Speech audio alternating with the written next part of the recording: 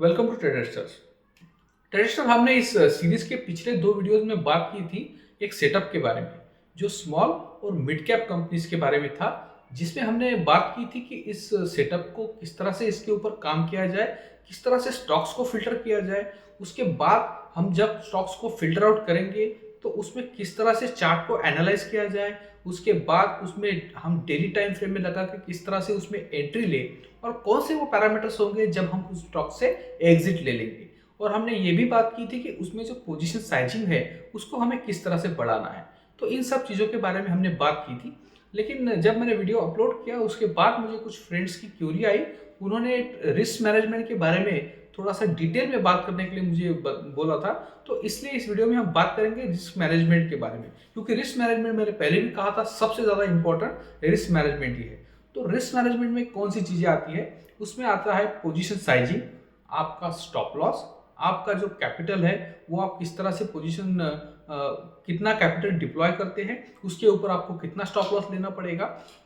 तो इन सब चीज़ों के बारे में हम बात करेंगे। और जो हमारे विनिंग स्टॉक्स है उसमें भी हम किस तरह से पोजीशन साइज को हमारे बिल्ड करके उसमें बढ़ा के इंक्रीज करके हम किस तरह से उसका लाभ ले सकते हैं। और उसी के साथ साथ हम ये भी बात करेंगे कि किस वक्त हमें कैश पे बैठना है और हमें ट्रेड नहीं लेना है, और अगर लेना भी है तो हम उसका पोजीशन साइजिंग को कब, कौन सा सिनेरियो रहेगा जिसमें हम पोजीशन साइजिंग को कम रखें। तो चलिए इस वीडियो में हम जानते हैं रिस्क मैनेजमेंट के बारे में डिटेल में। तो रिस्क मैनेजमेंट होती क्या है, किस तरह से रिस्क को मैनेज करके हमें एक किसी भी पर्टिकुलर स्ट्रैटेजी में हम काम कर सकते हैं। तो सबसे पहले देखिए, रिस्क मैनेजमेंट के ऊपर अगर हम बात करेंगे तो ये बहुत बड़ा टॉपिक है, इसके ऊपर बहुत समय लग जाएगा। लेकिन हम इस वीडियो में जो है एक जिस स्ट्रैटेजी के बारे में हमने इस सीरीज में बात कर रहे हैं उसी के रिगार्डिंग हम इस वीडियो में डिस्कस करेंगे। तो इस पर्टिकुलर स्ट्रैटेजी के लिए रिस्क कैसे मैनेज करना है वो हम इस वीडियो में जानेंगे। तो ओवरऑल जो रहता है, जो ट्रेडर्स रहते हैं, फुल टाइम ट्रेडर्स है जो लॉन्ग टर्म में मार्केट में अभी काम करना चाहते हैं या कर रहे हैं, वो क्या करते हैं, हमारा जो टोटल उनका जो कैपिटल रहता है उसका एक पोर्शंस ही एक पर्टिकुलर स्ट्रैटेजी में वो डिप्लॉय करते हैं। मतलब क्या है कि अगर एक स्ट्रैटेजी काम ना करे तो शायद दूसरी कर जाए, तीसरी कर जाए, और हमारा रिस्क मैनेज हो जाए और हमारा जो कैपिटल है वो धीरे धीरे ग्रो भी हो पाए। तो ये इंपॉर्टेंट रहता है। तो एक ही स्ट्रैटेजी के ऊपर हमें पूरा कैपिटल डिप्लॉय नहीं करना है। लेकिन यहाँ हम क्या कर रहे हैं, शुरुआत कर रहे हैं, तो हमारे पास दूसरी स्ट्रैटेजीज तो नहीं रहेगी अगर आप बिगनर्स है। तो उसके लिए हम क्या करेंगे, और अगर आप बिगनर्स नहीं है, आपकी कोई स्ट्रैटेजी ऑलरेडी काम कर रही है, तो फिर आपको समझ में आ रहा होगा कि किस स्ट्रैटेजी में कितना हम डिप्लॉयमेंट कर रहे हैं और उसको किस तरह से हम डाइवर्सिफिकेशन उसका कर सक रहे हैं। तो इसमें क्या करेंगे, हम जानेंगे कि इस स्ट्रैटेजी के लिए हमें रिस्क को किस तरह से मैनेज करना है। तो इस वीडियो में हम जानेंगे कि टोटल जो हमारा कैपिटल है वो कितना हम डिप्लॉय करेंगे, वो कैसे डिफाइन होगा। उसके बाद में उस कैपिटल को हम बेस पकड़ के क्या हम स्टॉप लॉस को डिफाइन कर सकते हैं तो किस तरह से कर सकते हैं। और फिर उसके बाद आएगा कि इन सब चीज़ों का जो है ये सब इंटरकनेक्टेड है। आपको फिर उसके बाद में जो है वो ये डिसाइड करना पड़ेगा कि हम किस तरह से कितनी पोजीशन को एक पर्टिकुलर स्टॉक में ले सकते हैं। उसका भी बेस हमारा कैपिटल ही हमें सब कुछ, हमारा जो स्ट्रैटेजी का बेस है वो कैपिटल ही रहेगा। उसके बाद में जो है वो स्टॉक अगर हमारा विनिंग है, वो हमारे फेवर में गया, तो उसमें हम किस तरह से पोजीशन को इंक्रीज कर सकते हैं, कब इंक्रीज करना है, और कब उसको जो पोजीशन साइजिंग है उसको हम डिक्रीज भी कब कर सकते हैं। जैसे कि मैंने पहले भी कहा था, कभी कभी आपको कैश में भी बैठना पड़ेगा। तो इन सब चीज़ों का अभी हम इस वीडियो में डिटेल में बात करेंगे। तो अभी हम क्या करेंगे कि एक समझने के लिए हमें एक एग्जाम्पल ले लेंगे।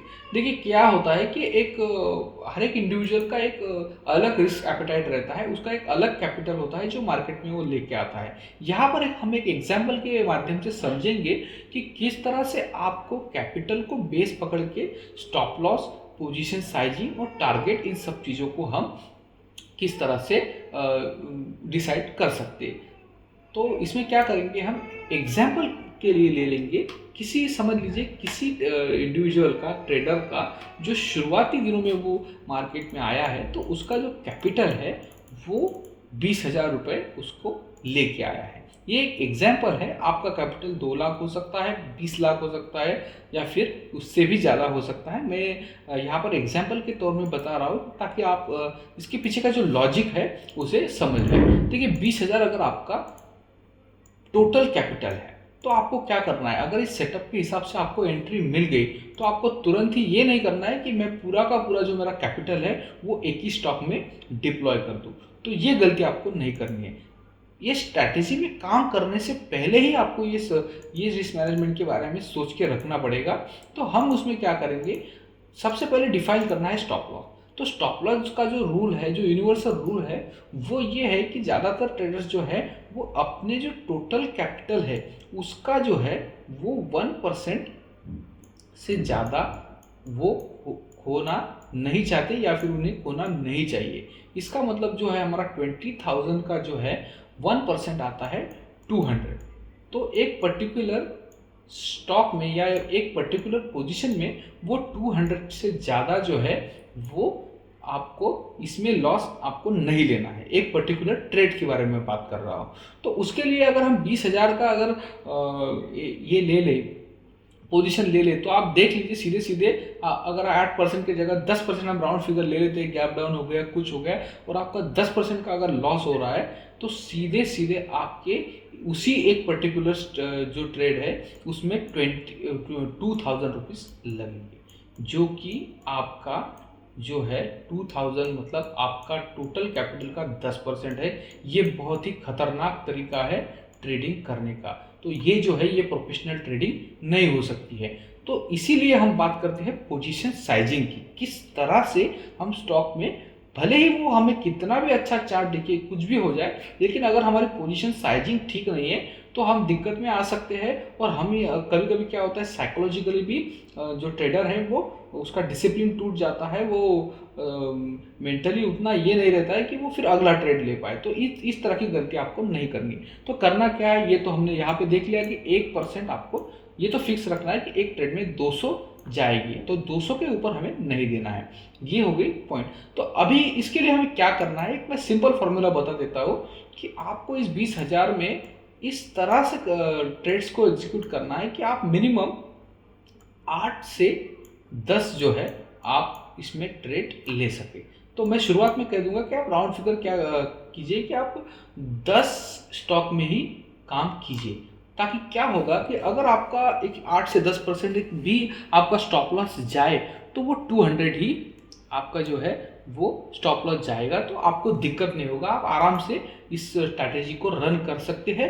और किसी भी स्टॉक में आपको 1:3 मिल गया या फिर आप 1:4, 5 तक भी गए तो आप तब तक कम से कम आपका साइकोलॉजिकली आप स्ट्रांग रहेंगे इसमें, इस सेटअप में काम करने के लिए। तो हम क्या करेंगे कि 20,000 के जो कैपिटल है उसमें से हम 10 पार्ट्स में इसको डिवाइड करेंगे, तो वो आता है हमारा 2,000। तो देखिए जब हम चार्ट को एनालाइज करेंगे और पर्टिकुलर ट्रेड को हम फाइंड आउट करेंगे किसी स्टॉक में, तो उसमें जो भी हम एंट्री लेंगे उससे जो है हमें 2,000 रुपये से ऊपर उसमें पोजीशन को नहीं बढ़ाना है। हमें शुरुआत में कितना भी अच्छा चार्ट दिखने दो या फिर उस दिन आपको दूसरा ट्रेड ना मिले, कुछ भी हो, लेकिन आपको 2,000 रुपये का ही उसमें आपको जो है वो पोजीशन लेना पड़ेगा।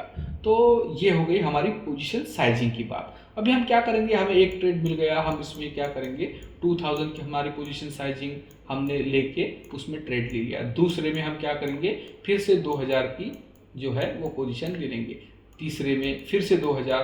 तो इस तरह से हम क्या करेंगे, पोजीशन साइजिंग को हमारे बिल्डअप करेंगे। और हर जो स्टॉक्स है, हर जो पोजीशन है, उसमें हमारा जो स्टॉप लॉस रहेगा वो रहेगा मैक्सिमम 8%। और मिनिमम जो है वो मैंने बोला था कि आपको जो भी जो हमारे पहले 2 वीडियोस है उसमें आप जाके देख सकते हो कि किस तरह से स्टॉप लॉस को हमने मिनिमम रखने के बारे में बात किया था। तो हम क्या करेंगे, 8% के ऊपर 10% की 8% इसके ऊपर स्टॉप लॉस को नहीं लेंगे। तो क्या होगा, हमारा जो कैपिटल है वो इतना ज़्यादा इरोड नहीं होगा तब तक कि जब तक हमारी स्ट्रैटेजी हमको अच्छा रिवॉर्ड दे दे, हमें किसी तरह का भी साइकोलॉजिकल भी प्रेशर नहीं आएगा काम करते वक्त। तो ये हो गया हमारा पोजीशन साइजिंग, हम किस तरह से एक पर्टिकुलर स्टॉक में बिल्ड करेंगे। तो हमने स्टॉप लॉस के बारे में बात कर ली, हमने कैपिटल को किस तरह से डिवाइड करके डिप्लॉय करना है वो भी बात कर ली, और अब हमने ये भी बात कर ली कि हम जब पोजीशन बिल्ड करेंगे एक पर्टिकुलर स्टॉक में वो किस तरह से करेंगे। अभी इंक्रीज करने का जो एक पॉइंट आता है वो होता है, देखिए अगर हम क्या कर रहे हैं यहाँ पे, एक 2000 की हमने यहाँ पर एक पर्टिकुलर स्टॉक में पोजीशन ले ली। अभी लेने के बाद जो है वो जो स्टॉक है वो हमारे फेवर में जाने लगा। हमारे फेवर में जाते वक्त हम क्या करेंगे कि चार्ट में जिस तरह से हमने देखा था कि अगर सेम पैटर्न, जो हमारा सेम पैटर्न है वो हमें चार्ट पे समझ में आ गया कि यहाँ पे हमारे जो ये पहले से हम इसमें एंटर किए हुए हैं, ये प्रॉफिट में भी है, लेकिन अभी हमें यहाँ पे फिर से वही पैटर्न दिख रहा है, वही उसी तरह का सिनेरियो है, और हम हमारा स्टॉप लॉस भी उसके नीचे अच्छी तरह से प्लेस करके उसमें एंट्री ले सकते हैं। तो हमें कुछ नहीं करना है। देखिए हर बार आपको पूरे के पूरे 10 स्टॉक्स में आपकी एंट्री मिलेगी ऐसा नहीं है, आपके कुछ भी उसमें से कम से कम आपको कभी कभी हो सकता है 6 स्टॉक्स में मिल जाए, कभी 8 में मिल जाए, कभी 7 में मिल जाए, तो आपके पास जो भी बचा हुआ कैपिटल होंगे तो आप उसको डबल करेंगे। देखिए मैंने खुद भी किया है, ये अच्छी तरह से काम करता है, लेकिन ज़्यादा भी पोजीशन हेवी आपको उसमें नहीं करना है। मैं यहाँ तक रिकमेंड करता हूँ कि आपका जो विनिंग स्टॉक रहेगा उसमें आप आपकी जो पोजीशन साइजिंग है उसको ज़्यादा से ज़्यादा डबल कर सकते हैं। मैं उसके ऊपर आपको नहीं करूँगा। अगर आपने 2000 रुपये का अगर उसमें पोजीशन को बिल्डअप किया है तो आप क्या करेंगे उसमें और 2000 का जो है वो पोजीशन उसमें ले लेंगे। इसका मतलब क्या होगा कि आपका जो है वो पहले से ही प्रॉफिट में है, अगर वो यू टर्न भी मारेगा तो आप प्रॉफिट में ही उसमें से निकल सकते हो, और आपकी जो रिस्क है वो भी मैनेज हो जाएगी, और अगर वो आपके फेवर में जाता रहा तो आपको जो है प्रॉफिट डबल करके देगा। तो इस चीज़ को आपको ध्यान में रखना है, लेकिन ये ध्यान में रखिए कि ये एक ही बार करना है, ये बार बार नहीं करना है। तो ये हो गई हमारी रिस्क मैनेजमेंट के बारे में जो है किस तरह से हम पोजीशन साइजिंग को भी बढ़ा सकते हैं अगर हमारा स्टॉक विनिंग है। और एक इम्पॉर्टेंट बात है, अगर किसी स्टॉक में आपने एंट्री ले ली, समझ लीजिए यहाँ पे आपने एंट्री ले ली, उसके बाद में वो नीचे गया और आपने स्टॉप लॉस भी आपका मिस हो गया, मिस तो करना ही नहीं है, बिल्कुल भी नहीं करना है, 101% आपको स्टॉप लॉस लेना है। 8 पे नहीं मिला तो आप 10 पे ले लीजिए, 12 पे ले लीजिए, 15 में ले लीजिए, लेकिन आपको जो है वो स्टॉप लॉस लेना पड़ेगा।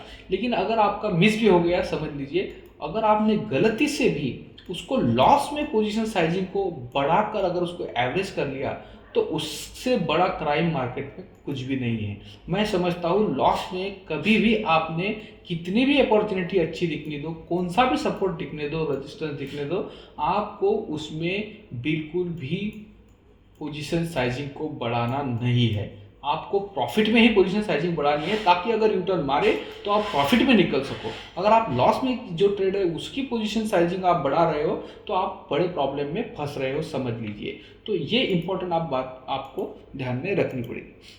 अभी दो पॉइंट है जो इस वीडियो में मैं डिस्कस करना चाहूँगा, वो है कि जो हमारी ओवरऑल कैपिटल है, समझ लीजिए हमने 20,000 रुपये कैपिटल यहाँ पर रख दिया, लगा दिया। अभी इसमें दो चीज़ें हो सकती है। एक चीज़ ये होगी कि ये जो 20,000 का कैपिटल है, अगर आप साल भर काम करेंगे, एक हाइपोथेटिकल सिनेरियो में ले रहा हूँ, ऐसा एकदम उसको आप इसमें सीरियसली मत ले लीजिए कि ऐसा ही होगा। समझ लीजिए 20,000 का जो आपका कैपिटल है वो बढ़ के हो गया 30,000 हो गया। तो अभी 20 का 30 मतलब आप 50% आपने उसमें जो है वो आपने प्रॉफिट कर लिया। अभी 50,000 जो प्रॉफिट आपने कर लिया है, तो क्या 50,000 नहीं, 50%। तो ये जो 50% जो आपने कैपिटल एप्रिसिएशन किया है, उसके बाद आपको किस तरह से रिस्क को मैनेज करना है या पोजीशन साइजिंग को किस तरह से करना है, तो आपको सिंपल फॉर्मूला तब भी वही लगाना है। वो फॉर्मूला क्या रहेगा, आप जिस तरह से हमने वहां पे कैलकुलेशन किया था 20,000 में, आज इस बार हम करेंगे 30,000 में। तो हमारा जो स्टॉप लॉस मैक्सिमम रहेगा वो रहेगा 300 से कम, और जो हमारे स्टॉक्स में पोजीशन साइजिंग होगी उस बार 2,000 थी, तो इस बार हमारी हो गई 3,000। तो इस तरह से आप आपके जो कैपिटल है उसको कंपाउंडिंग करके इंक्रीज कर सकते हैं। तो ये बात आप ध्यान में रख सकते हैं। और एक और नेक्स्ट बात अभी इसमें इम्पोर्टेंट ये है, जो मैंने यहाँ पे भी लिखी हुई है, वो बात ये है कि अगर ये तो बात हो गई हमारी पोजीशन साइजिंग को इंक्रीज करने की, वो कौन सा सिनेरियो रहेगा जहां हम डिक्रीज करेंगे हमारी पोजीशन साइजिंग को, तो ये बहुत इंपॉर्टेंट है। जैसे कि मैंने उस चार्ट में भी जब हम डिस्कस कर रहे थे उसमें बात की थी कि ऐसे कुछ सिनेरियो रहते हैं जहां पर क्या होता है, मार्केट जो ग्लोबल मार्केट्स होते हैं या फिर हमारे मदर मार्केट्स है, उन मार्केट्स में जो है वो डाउनफॉल होता है।